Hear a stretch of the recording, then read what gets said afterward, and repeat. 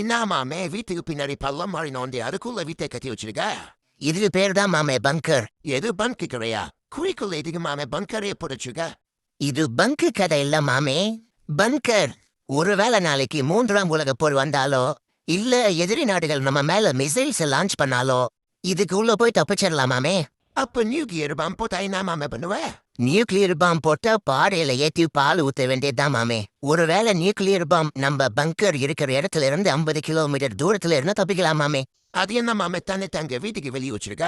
இதுதான் மாமே பயோகேஸ். மாட்டு சாணத்தை இதுக்குள்ள கொட்டினா அது பயோகேஸா மாறும். அது நம்ம சமையலுக்கு யூஸ் பண்ணிக்கலாம் மாமே. இது மூலயமா நமக்கு 1 மாசத்துக்கு தேவையான பயோகேஸ் கிடைச்சிடும் மாமே. அது என்ன மாமே வீட்டுக்கு மேல பாபிலோனின் தங்கம் தோட்டம் மாதிரி இருக்கே?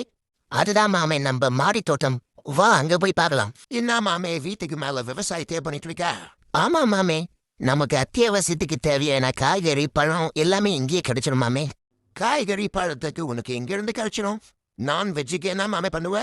வா மாமே கீழே போய் காட்டுறேன். நான்வெஜ் வேணும்னா ஆடு இருக்கு, கோழி இருக்கு. இதுல இருந்து இறைச்சிக்கான தேவை கம்ப்ளீட் ஆயிடும் மாமே. அப்ப மாத்த கறிக்கு அதை யூஸ் பண்ண முடியாது மாமே?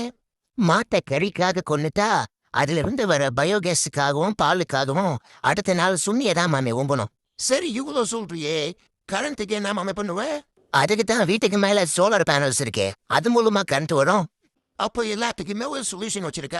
மனுஷன் கொஞ்சம் கொஞ்சமா தற்சார்பு வாழ்க்கையை நோக்கி நகர ஆரம்பிச்சாலே மற்றவங்களை எதிர்பார்த்து இருக்கணும்ன்ற அவசியமே இல்லை. ஆனா இந்த உலகத்துல இருக்கிற பெரும் முதலைகள் நம்மள தற்சார்பு வாழ்க்கையை நோக்கி நகர விட மாட்டாங்க.